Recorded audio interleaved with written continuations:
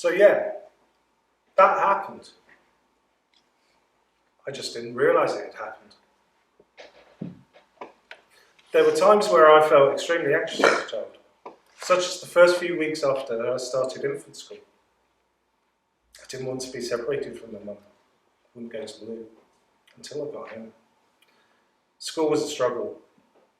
It took me until third year of infants to be able to write my name legibly. But I hadn't really understood what had happened. It wasn't until I was at secondary school in 1989 when things started to reveal themselves to me. Prior to that, the whole principle of child safety was... Say no to strangers. Yes, I remember. Say no to strangers. Say no, no, no, no, no. Yes, I remember. Say no to strangers. Yes, I remember. At no point did anyone ever define what child abuse was, or say children were at greater risk from those within the family circle or close to it. Childline had launched a couple of years previously, and suddenly there was talk about sexual abuse. Little by little, I was starting to feel overwhelmed by the images within my head. Then one day, during PE, I started feeling strange. My eyes were consumed by squiggles, and I needed to be sick. And I was, all over the floor of the school nurse's office.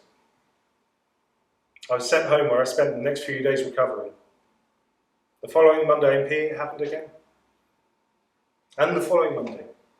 Every Monday was the same. You say your migraines occurred every Monday. Do you think Mondays are significant? It's possible. I have no idea. Do you think PE was the trigger? I don't know. Could it be that something happened whilst changing for PE that could have triggered a memory? I don't think so, but anything is possible. But why I waited till I was 13? I don't know. Especially when I was in Mrs. Lance's class at infants and we had swimming lessons in the summer. Every kid in the school feared summer when in her class. Why was that? Well,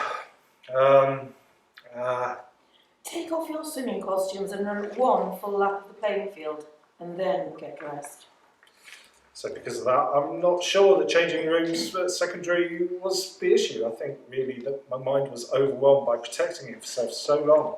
It wound itself up like an elastic band, storing all the energy as it winds up right until it can't store it anymore, and then let's go. That's what I believe my mind did. Well, that makes sense. When a brain is subjected to trauma, it does what it can to protect a person. Dissociation is an example of that. It takes a person out of themselves during the trauma. I guess you could say it's like an airbag for a trauma survivor. Anyway, please continue. One Monday, the school nurse couldn't make contact with my mum, who was out shopping. So she called my godparents next door, as they were the emergency contacts. They took me home. I was laid out on their sofa with a cool face flannel over my forehead. Then suddenly, it came back. It was in this house. Upstairs. Laid a room where unimaginable pain was inflicted. I'm so sorry that that happened to you. With all due respect, I don't need nor want to hear pity. Over the years, I've heard it so many times. Michael, I'm so... What do you need? I need people to listen. I need change. I need these things to never be allowed to happen to another human being. What things? Well, let's look at what happened when I first had dealings with mental health services. Okay, if that's where you want to start, let's continue on your journey with you. So, when I was 20, I found myself on the floor, both physically and metaphorically, on that of Dr. Norman, the family GP. This was the first time I disclosed to anyone about what had happened in that bedroom. I had been feeling an overwhelming urge and need to take my life. I had said that I wasn't sure, but I thought it might be related to the abuse. And what did he do? Referred me for an emergency appointment with a consultant psychiatrist. Can you actually imagine a same-day appointment with a psychiatrist these days? Well, it seems hard to believe, especially the way mental health services are run and funded these days. What happened with that appointment? Well, one of the first questions he asked was, Do you have a history of mental health problems in your family? not that I know of. I'm adopted. I don't know my biological history.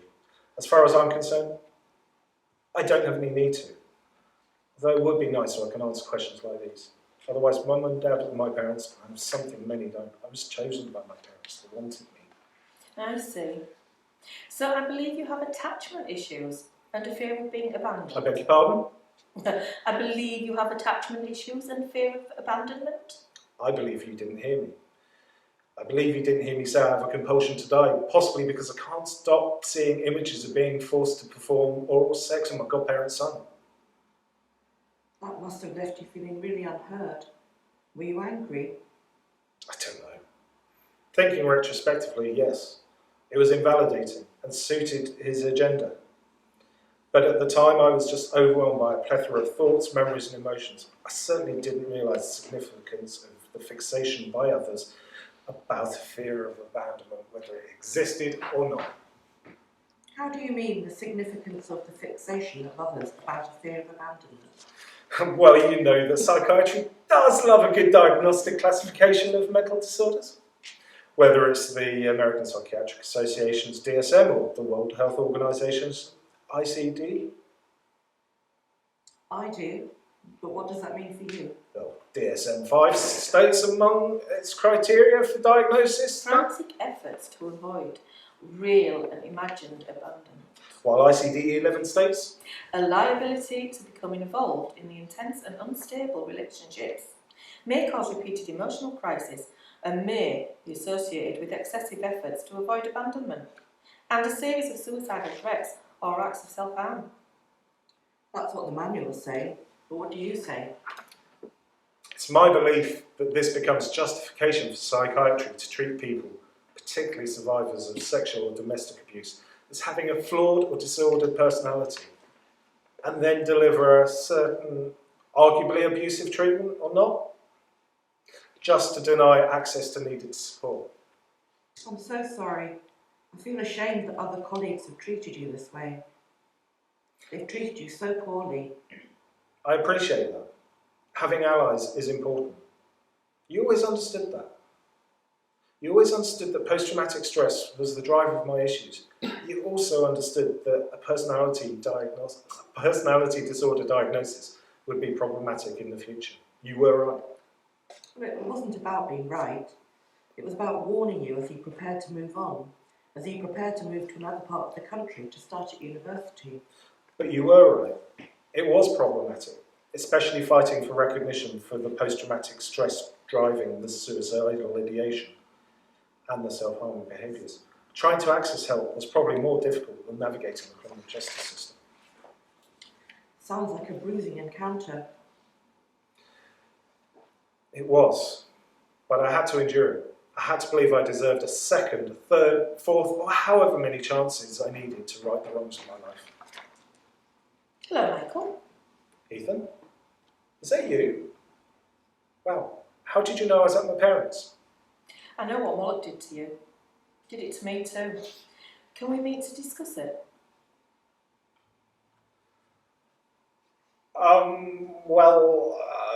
I'm heading back up north tomorrow. My train from King's Cross is booked for lunchtime. I'm not sure I'm going to have time. I'll meet you at the station. That must have been quite the call. Just when A shock to receive that call. I thought I was building my life back up again, it crumbles right in front of me. What did you do? Well, I was hoping that we might miss each other at the chaos of King's Cross. Alas, that was not to happen. Hello, Michael. Good to see you. How are you, Ethan? You're looking well? Do you remember what Mullet did to us in your playhouse? Not really. So much happened. Some memories have still not revealed themselves to me. But there is a vague memory about the playhouse. We can't talk about this. We have to go to the police. I'd always hoped I was the only one, but you are now the third victim I'm aware of, including myself. I believe you. Whatever he did, those memories, I'm afraid, are real. I have to go. My train is about to leave. What did you do? Nothing. There wasn't much I could do. Ethan wasn't ready to disclose his abuse. There wasn't any evidence to suggest Moloch still had access to children. Although I was aware that his sister refused to go near their house when she had a baby, I always wondered why. But I was in a situation where I couldn't do anything. That was until about 10 months later when I visited my parents for my birthday and we went to the pub. What happened? He walked in with his mate and a kid and made the kid sit next to him. That must have felt like a very unsafe environment. How did you feel? Incandescent rage. He had access to kids that I wasn't aware about. I stood up. I necked my pint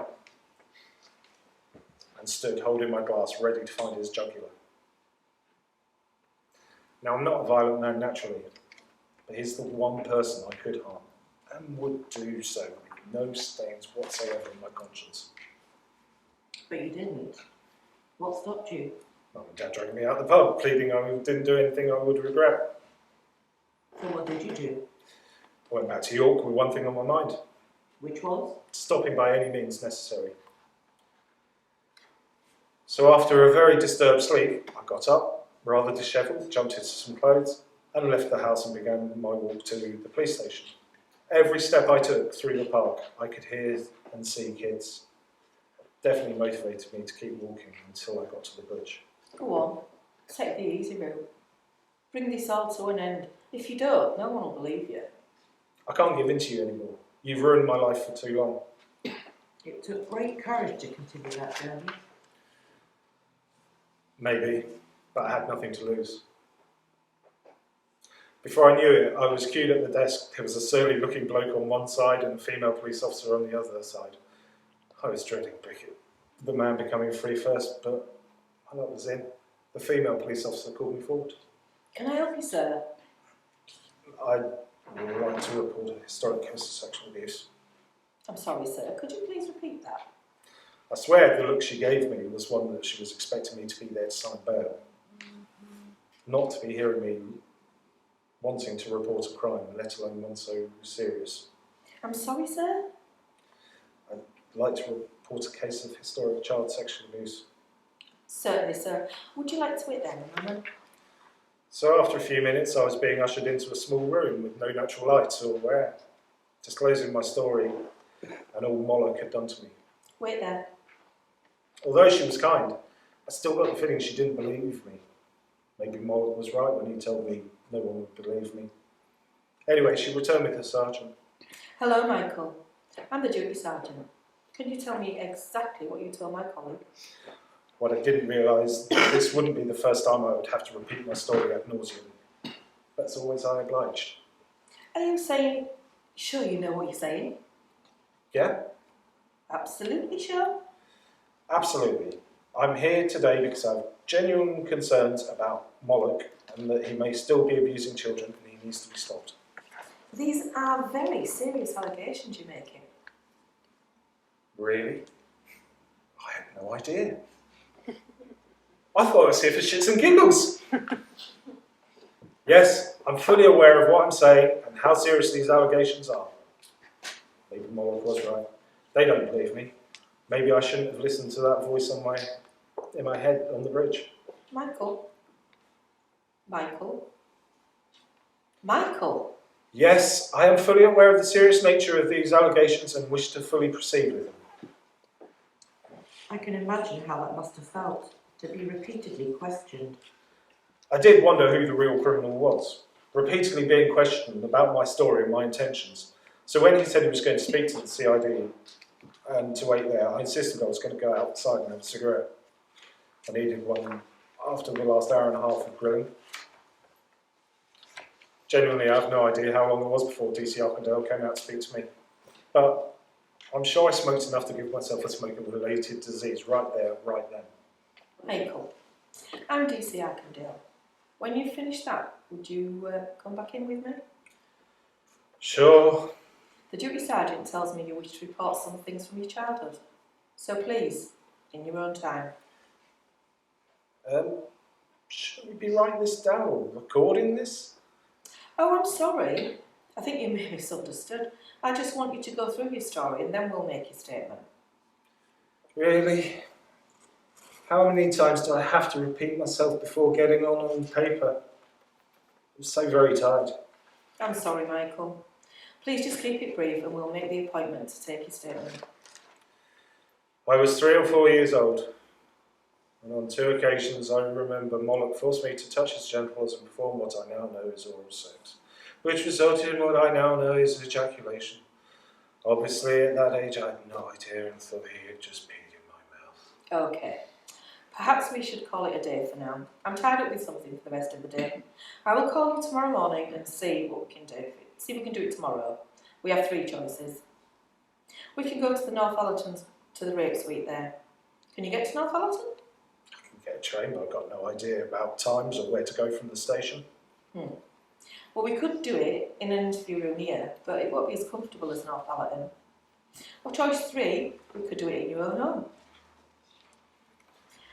Have a think about it overnight and get some rest. How did you feel when you got home?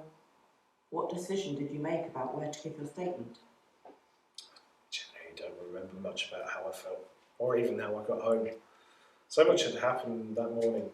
I think I was just overwhelmed by events and it just shut down. We'd often discussed in the past that maybe one day you would be ready to report your abuse. Do you think you were ready?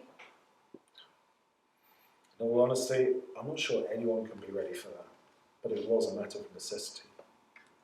So tell us, what happened the next day? Did DC Arpendale call you? He did.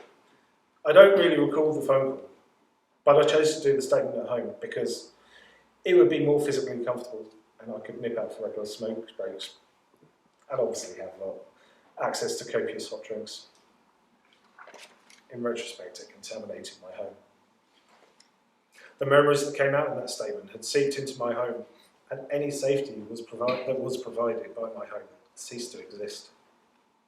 So he came to your home and you made the statement. It was 6 hours of pure pain. Instead of being given space to tell my story as I wanted, it was structured through questions, some of which could be extremely invasive. What sort of things were you asked? It started about me, my family life, being adopted, growing up in Sussex, our relationship with the neighbours, more specifically with Moloch and his family. It sounds thorough. Eventually we got to the gerbils, the abuse, and the gaslighting and threats. How was that? I was emotional, but yet I was numb. I was sat there looking into nowhere, tears falling from my eyes like a deluge. My voice never broke. It didn't even tremble. And yet stayed almost emotionless, despite being overwhelmed by emotion. Pretty much. And it's weird, as this was the first and only time I had told my story in its entirety. But 6 hours later, and 18 pages, my life was laid out on paper.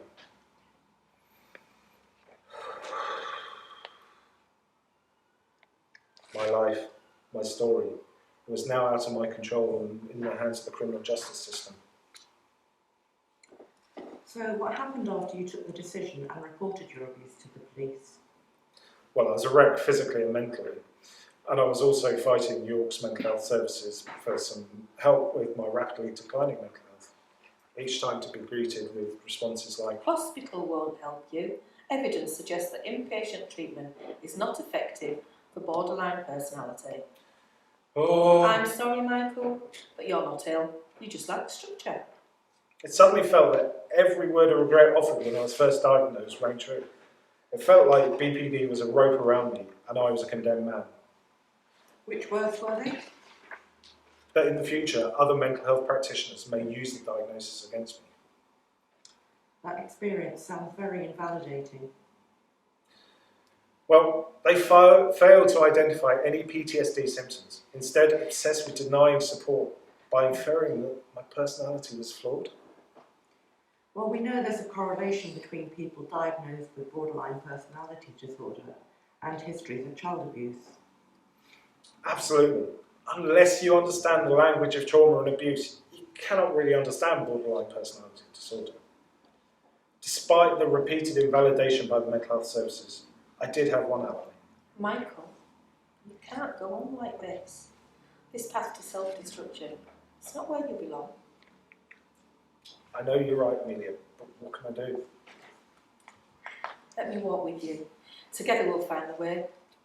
But I choose to walk alone with this, so not to transfer the pain to others.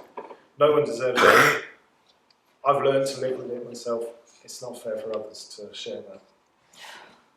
And how well did that work for you? Maybe you're right. Here's a list of organisations that support survivors of rape and sexual assault for adults abused as children. Look, there's one right here in the city. Would you like me to give them a call? Thank you, Amelia. I think I should do this for myself.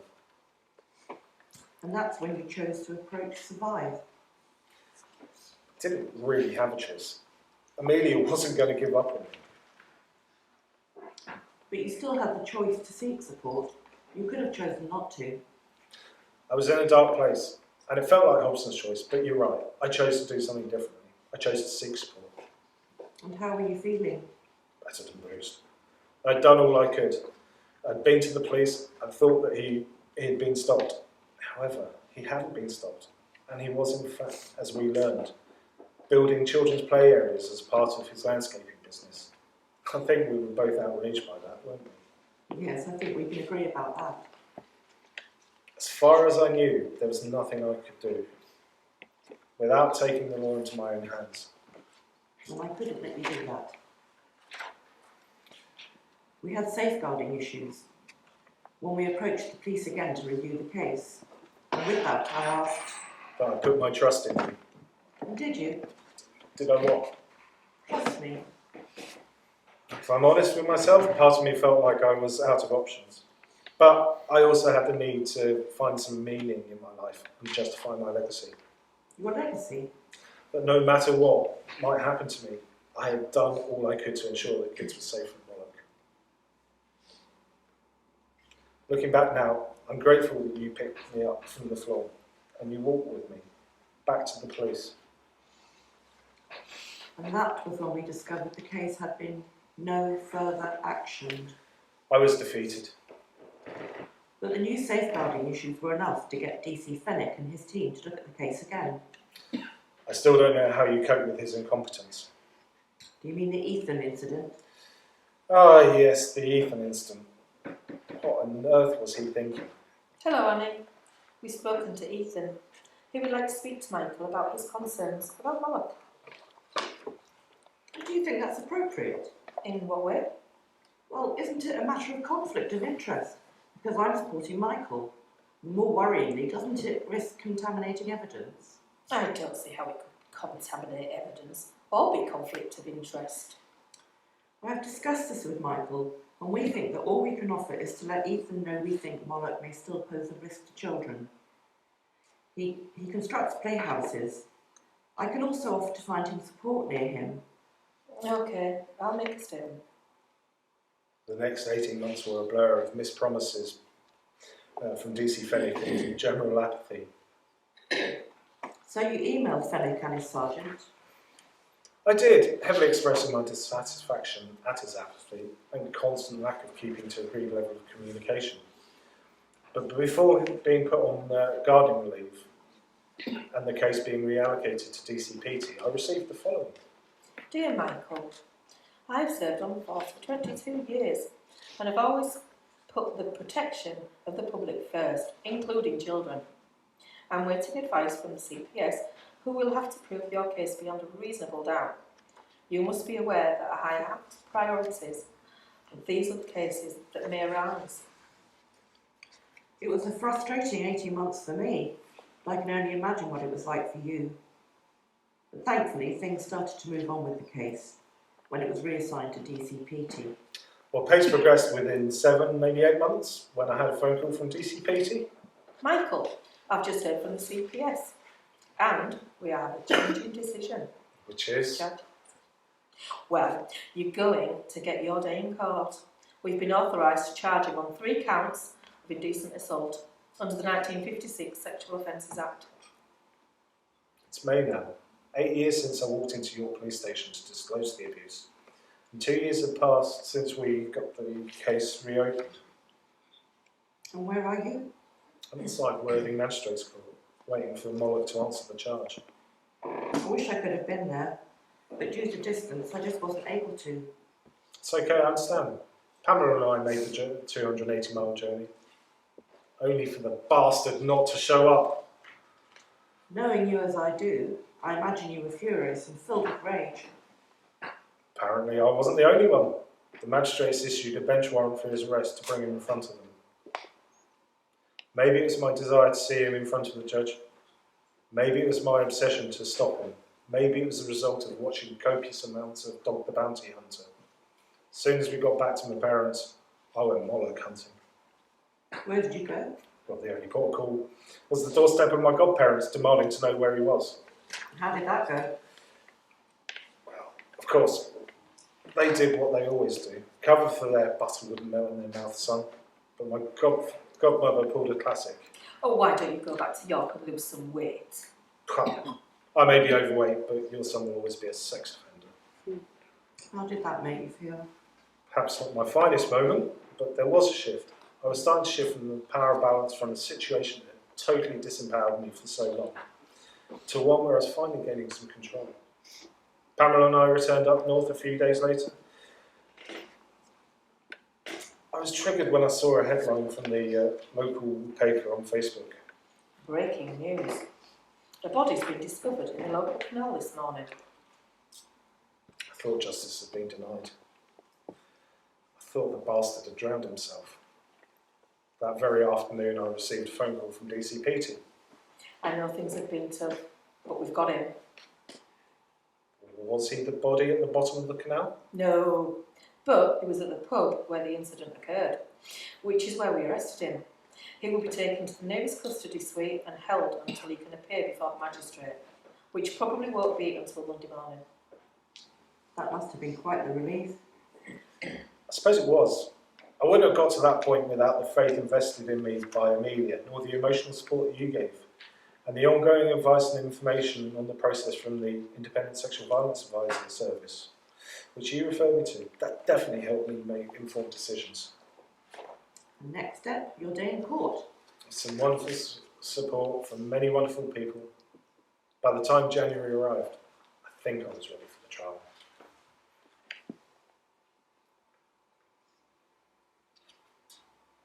I've always wondered how a solicitor or barrister could bring themselves up to defend someone accused of such vile acts against children. Badly? Well, that seems to be the case for Moloch. Larry, his barrister, was like a badly written comedy character. The morning I was due to give evidence, my anxiety amplified. I was barely slept the night before. For the first time in my life, I couldn't eat breakfast. I mean, as you can see, I've really said no to a fry-up.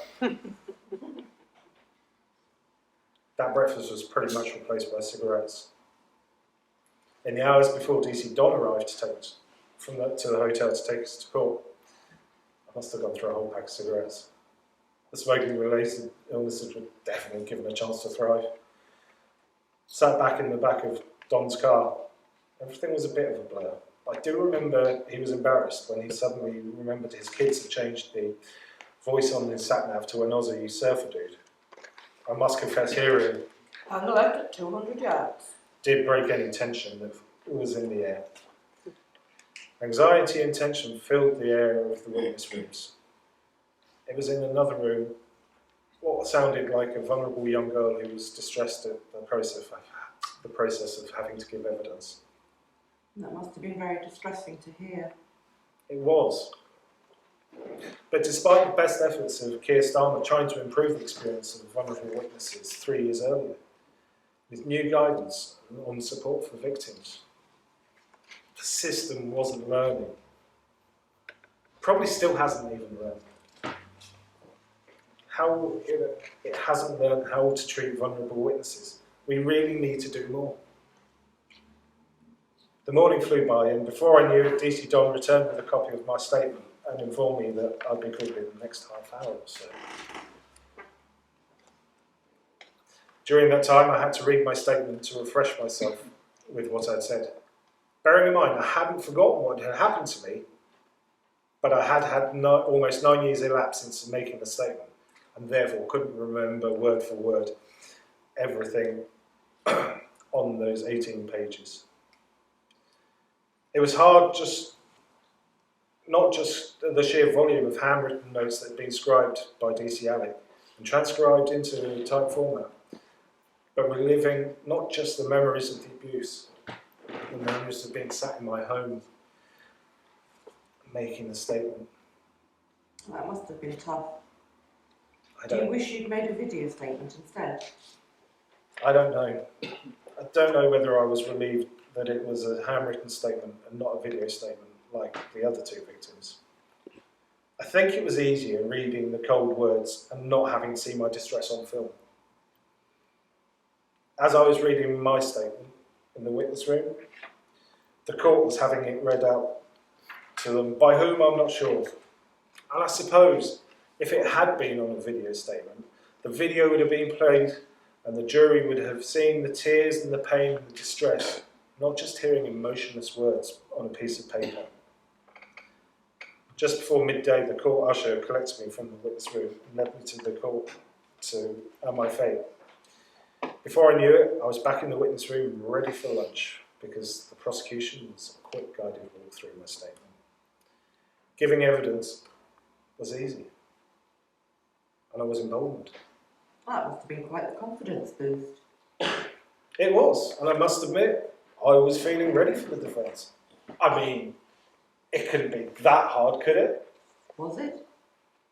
I was quickly snapped out of my full sense of security when Larry proceeded openings with, Mr. Blah, is it not true to say these allegations are nothing more than fantasies of your mental health?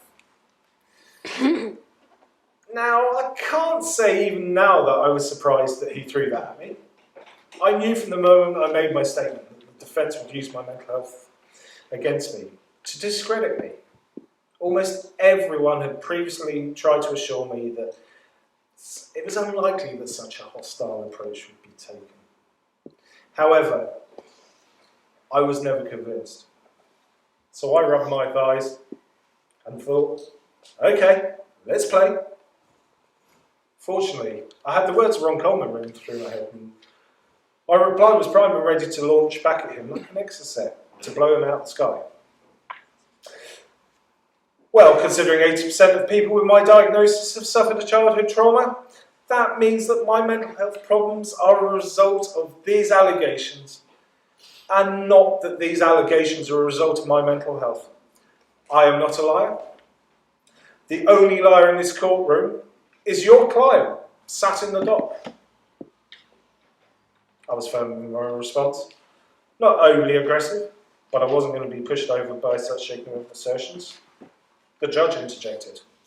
Mr. Blah, you must understand that Larry is testing the evidence. I understand the defence is here to test the evidence, but that was not testing the evidence. That was a stigma-based assertion with not an ounce of fact behind it. Therefore, it cannot be testing the evidence, and I'm not having that. Fair enough. It's the opening round, and we've got him on the ropes. Can't get much worse, can it? Did it? Oh yes, it certainly did. Mr. Morlock, blah, blah, blah. Did he just call me by his client's name? Did he? Mr. Morlock, blah, blah, blah. Did he? Mr. Morlock, blah, blah, blah. He did. He did. Before I had a chance to challenge him calling me Moloch, the prosecution interjected, pointing out that the question had been asked 4 times and the same answer given.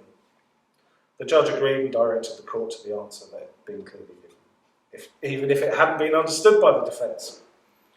At no point did anyone notice his use of the name, so I spoke up. Excuse me, Your Honour, but I must object to the defence calling me Mr. Moloch 4 times. He must understand how visceral that name is to me. And at the very least, it's disrespectful.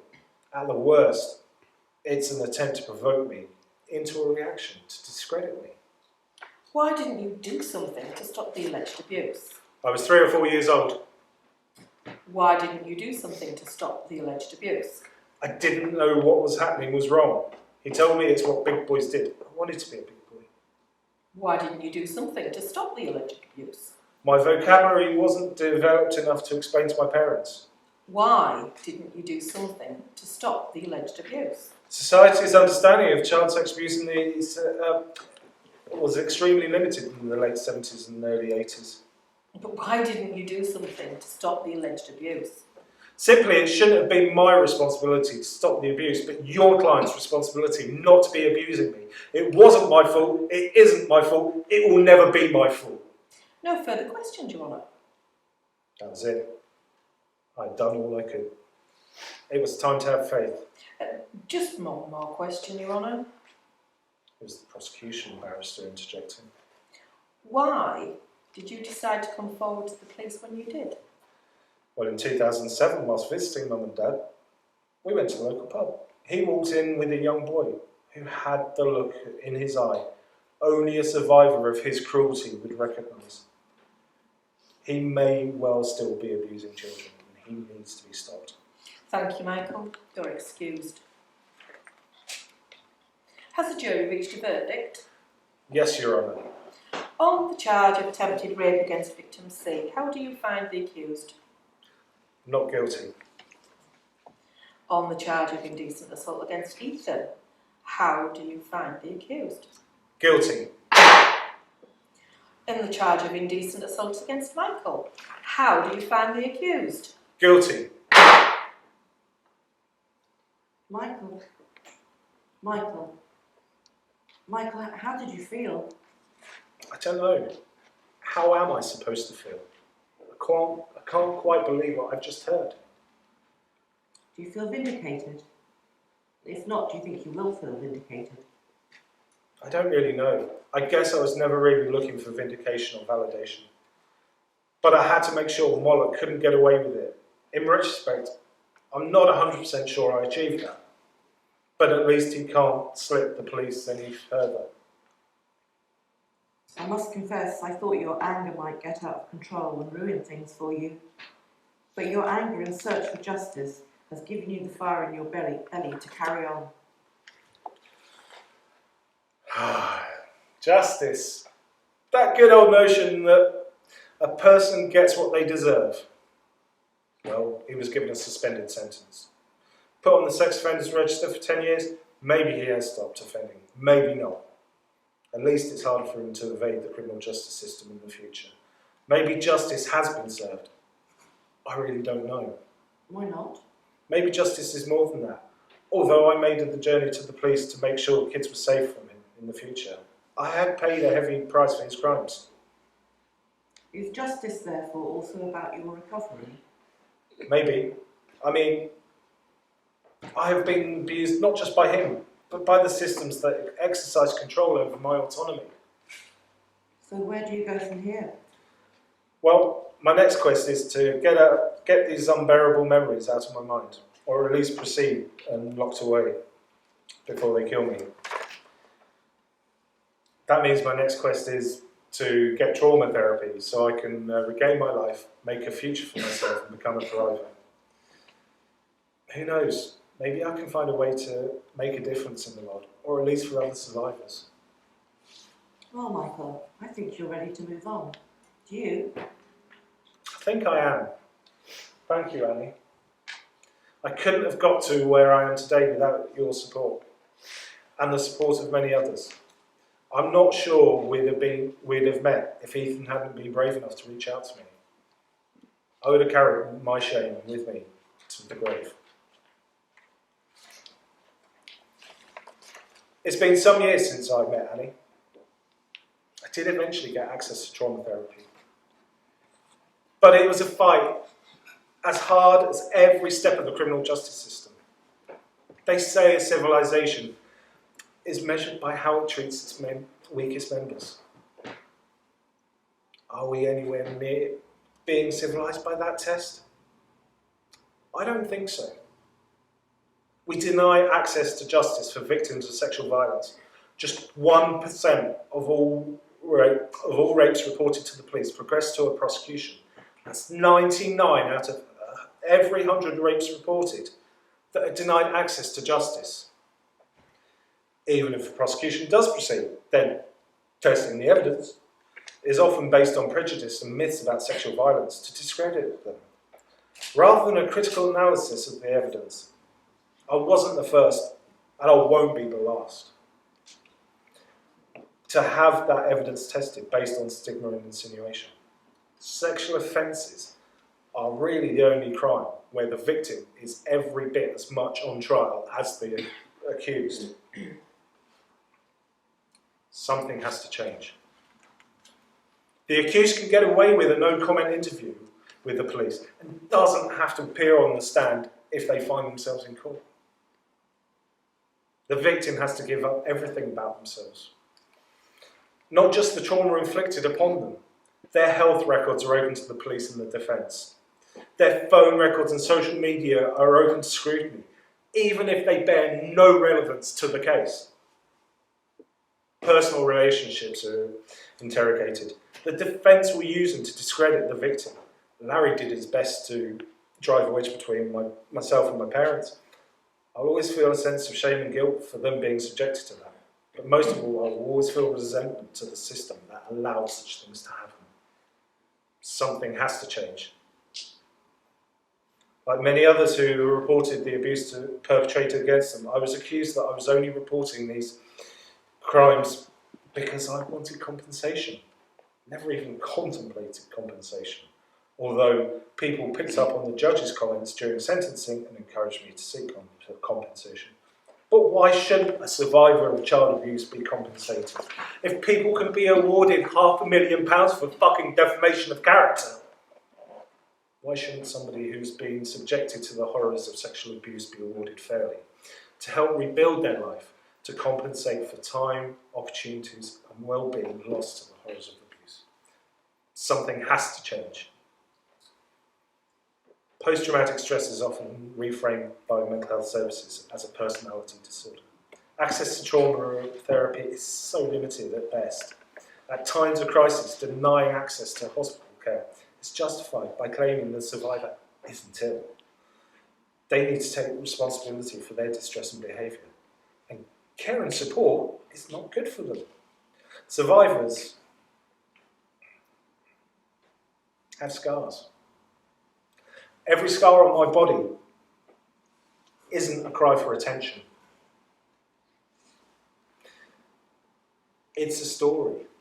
From every moment I was unable to cope with distressing images that were etched on my soul. And I had to cope with them alone.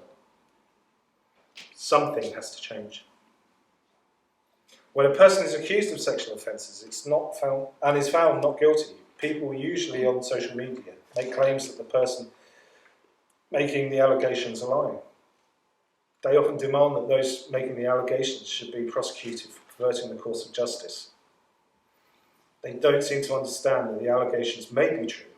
It's just the defence counsel has thrown an element, just a tiny element of doubt into the argument. And the jury has swallowed that. That does not mean the allegations are a lie.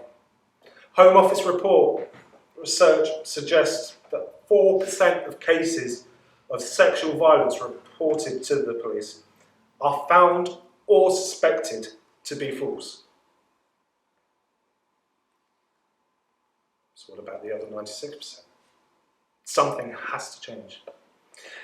In the event of an accused being found guilty, often the sentence and the judiciary is met by derision, by baying mobs on social media.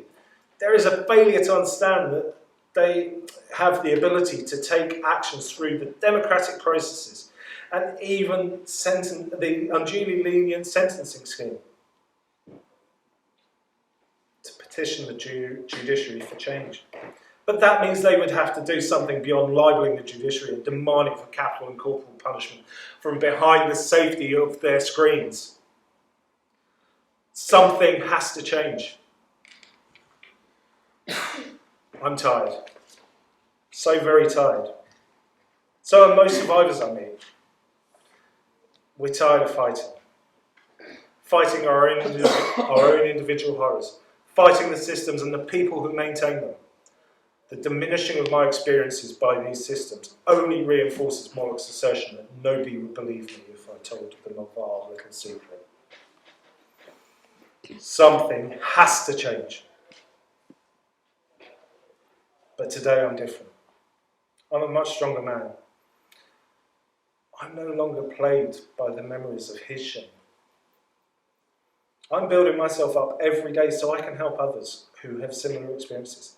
I might not be able to change the world, but if I can change the world for just one person, I'll take that as a win. And I'm fizzing. I'm fizzing like a fucking Alka-Seltzer. And I know you're fizzing. I know we're all fizzing. But we need to fizz in the direction of these systems and these structures and these people that maintain the abuse against survivors. If we do that as one, maybe we can get justice. Maybe we could get economic justice.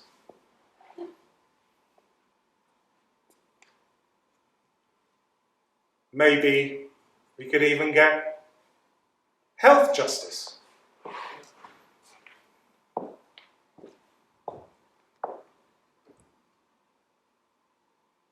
Maybe we could get criminal justice.